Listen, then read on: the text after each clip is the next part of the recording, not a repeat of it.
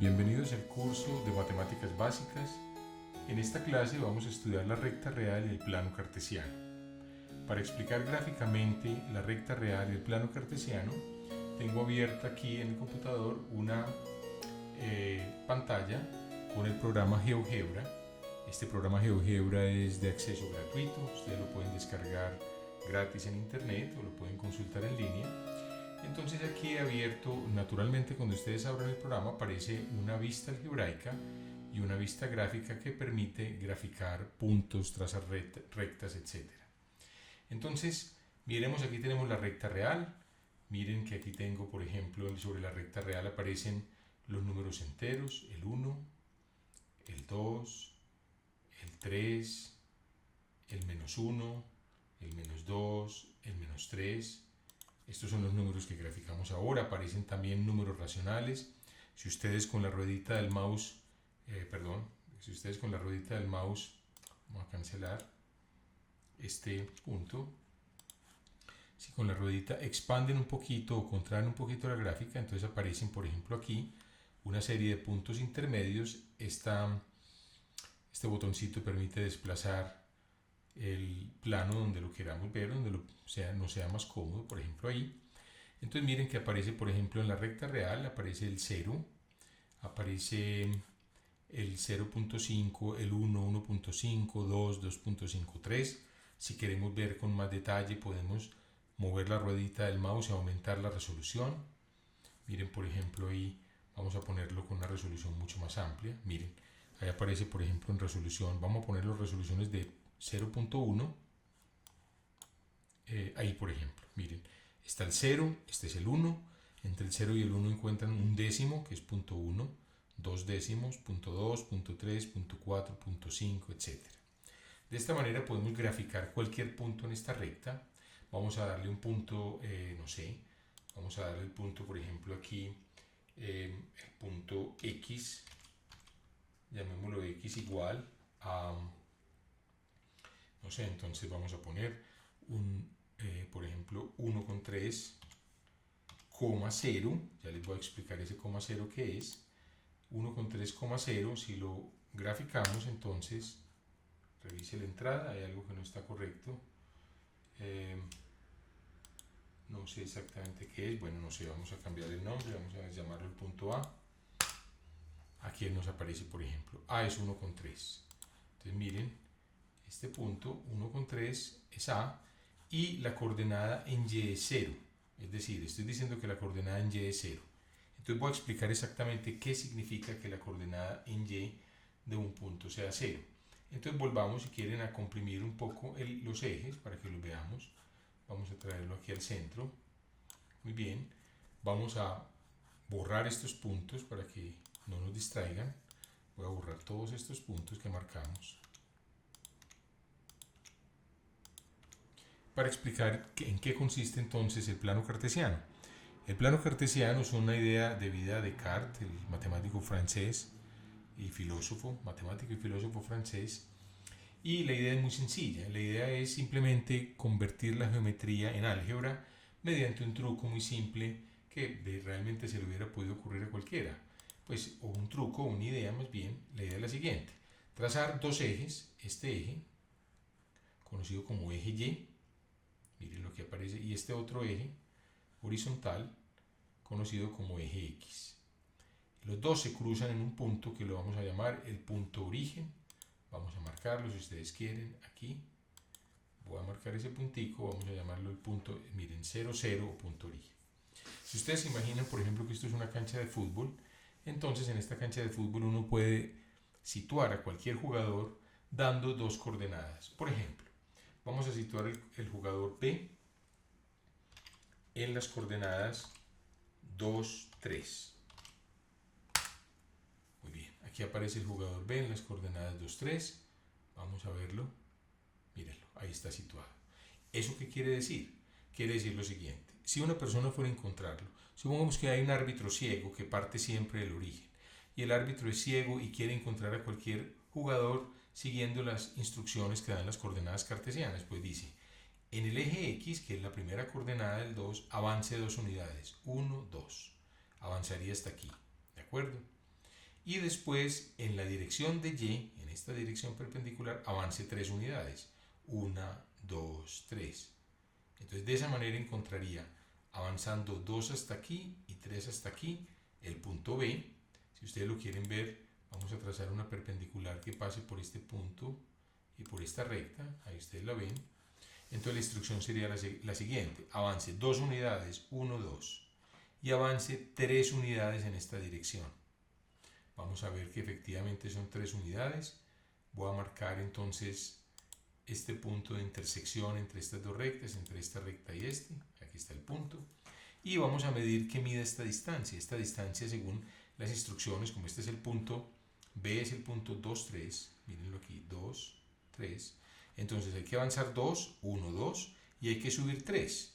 Efectivamente, uno sube aquí 3 unidades. Ustedes lo pueden ver porque si medimos, por ejemplo, con el comando, perdón, aquí hay un comando para medir distancias.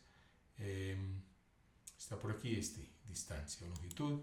Vamos a medir la distancia entre este punto y este. Miren, la distancia entre B y C es 3. Entonces las instrucciones 2, 3 es avanzar 2 unidades y subir 3. Y con eso se localiza el punto B. Hagamos otro ejercicio. Entonces borremos toda esta información para que no nos distraiga. Bueno, tenemos inclusive el punto origen. Vamos a poner otro punto, llamémoslo el punto D mayúscula, se le dice 2 puntos iguales en la sintaxis, y entre paréntesis vamos a poner el punto 2, menos 4. 2, menos 4. Entonces vengamos aquí, disminuyamos un poquito el eje, aquí está el punto D. Miren, ¿qué tendría que hacer un árbitro para localizar al jugador que está situado en D? Pues ese árbitro, entonces repito, en la dirección de X, que es esta, avanzaría 2 unidades.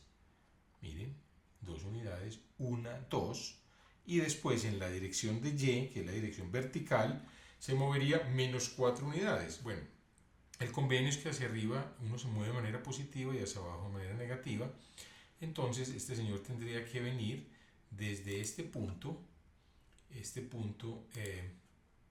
está aquí. Vamos a marcarlo desde este punto que está aquí. No sé, démosle un nombre. Vamos a marcar este punto. Desde el punto A hasta el punto D tendría que avanzar 4 unidades. ¿4 unidades en qué? En la dirección negativa, porque vamos bajando. Entonces 2 unidades hacia acá y 4 en la dirección negativa situarían el punto D con coordenadas 2, menos 4. Vamos a situar otro punto.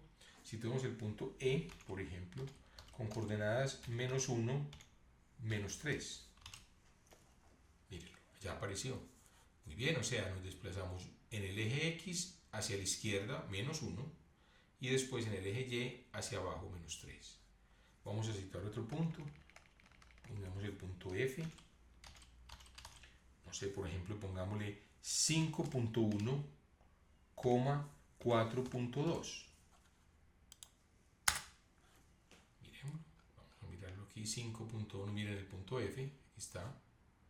¿Lo ven? F está en 5.1, es decir, esta distancia que avanzamos desde el origen. Voy a quitar estos puntos para que no estorben, para que ustedes no se confundan. Ahí está. Estamos nuevamente en nuestro origen limpio. Está nuestra cancha de fútbol como estaba al principio. Aquí está el origen donde está parado el árbitro, en todo el origen.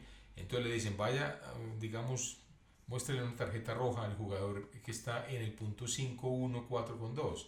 Pues tendría que avanzar 5.1 en la dirección de X y 4.2 en la dirección de Y hacia la derecha, puesto que este número 5.1 es positivo, y hacia arriba, puesto que 4.2 es positivo. Si ese punto fuera 5.1 menos 4.2, ¿dónde creen que quedaría? O sea, pongamos el punto R, 5.1, pero ahora menos 4.2.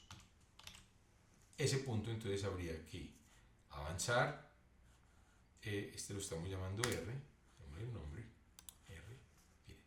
R está 5.1 menos 4.2, es decir, nos tenemos que mover hasta 5.1.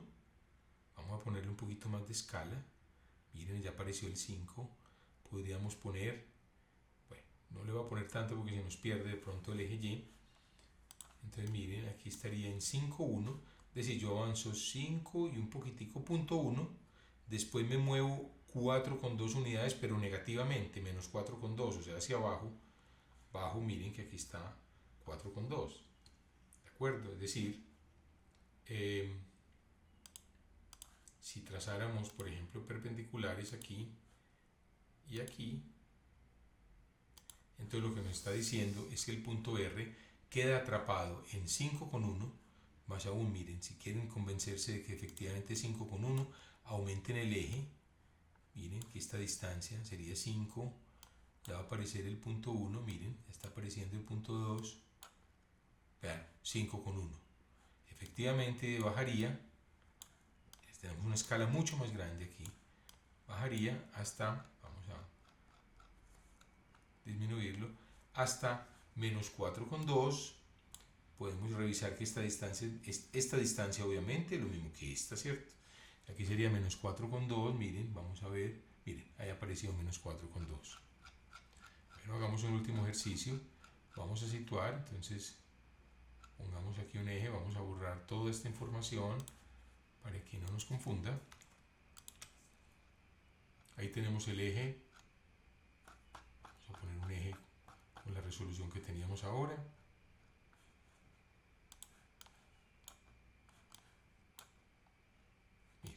Ahí está el eje, normalmente como lo teníamos.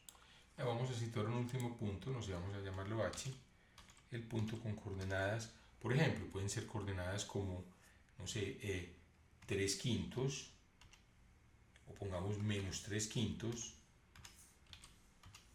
menos 6/8,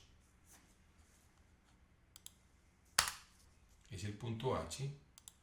Entonces uno debe avanzar menos 3/5, que es en forma decimal sería menos 0,6, miren que está antes de llegar al menos 1, menos 0,6, y después bajar menos 0,7. Voy a volver a marcar las perpendiculares para que se vean con claridad.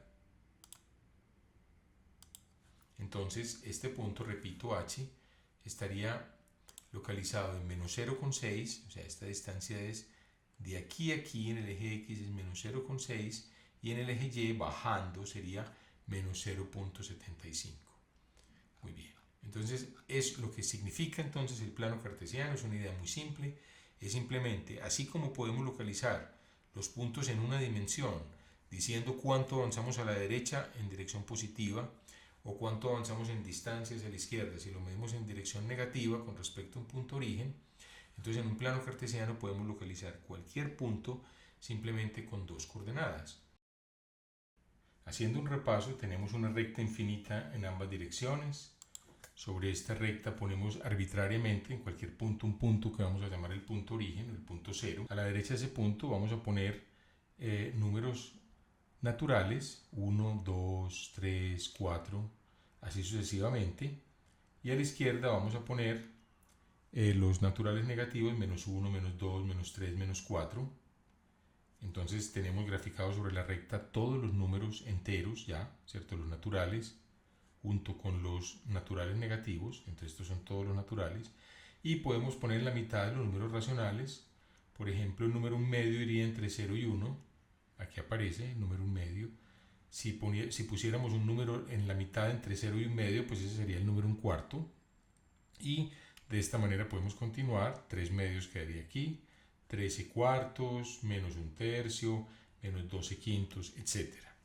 La pregunta entonces que nos podemos hacer es, si después de poner todos los números racionales, si eso fuera posible, ¿cierto? Uno pudiera poner todos los posibles números racionales sobre la recta, ¿será que con eso llenamos la recta? Es decir, ¿serán todos los números racionales? ¿O habrá algún número por aquí intermedio que no sea un número racional? Y la respuesta es que efectivamente la recta queda agujereada y hay infinitos huequitos que quedan, y esos huequitos van a estar llenados por los números llamados irracionales, que son los que voy a explicar entonces a continuación. Muy bien, entonces sobre la recta real, una vez posicionamos los números naturales, después los negativos, y así ponemos todos los enteros, y ponemos luego las fracciones. Aquí podemos poner, por ejemplo, 1 medio, aquí, por ejemplo, 1 medio, o sea, el número 3 medios, etc. Aquí menos 1 medio, digamos. Entonces quedan unos lugares por llenar que no corresponden a ningún número racional. Hay algunos huequitos. Por ejemplo, Si pudiéramos mirar con lupa un huequito por aquí, que correspondería al número raíz cuadrada de 2. Entonces, en forma decimal, la raíz cuadrada de 2 es 1.41, 42, 1, 3, 5, 6 y siguen infinitos decimales. Entonces vemos que este número decimal, que ocuparía el 1.4, 1, 4, 2, 1, 3, etc., este número no es un número racional, no es un número racional por una razón que ya vimos. No es un número racional debido a que sus cifras decimales no tienen un período.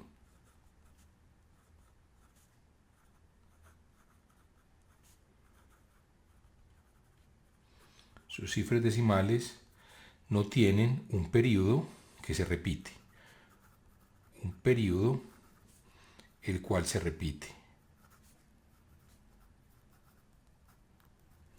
Entonces, cuando eso ocurre, entonces decimos que el número es un número real. Un número real que es un número irracional, perdón. Entonces la definición, tendríamos un número irracional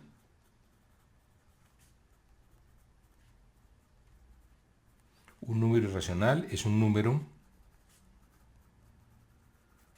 real, o sea, un número de la recta real, eso es lo que queremos decir con real, el cual tiene un periodo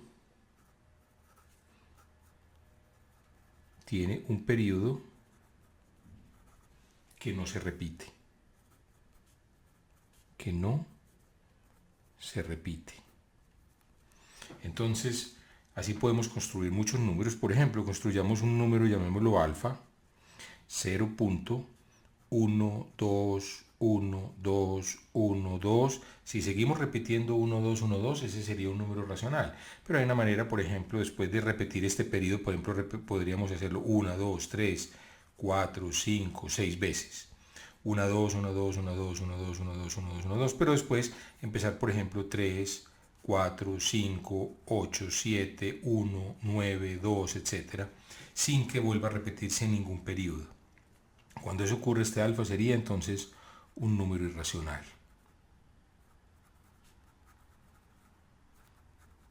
Este sería un número irracional. Entonces los números irracionales son aquellos que van a llenar toda la recta real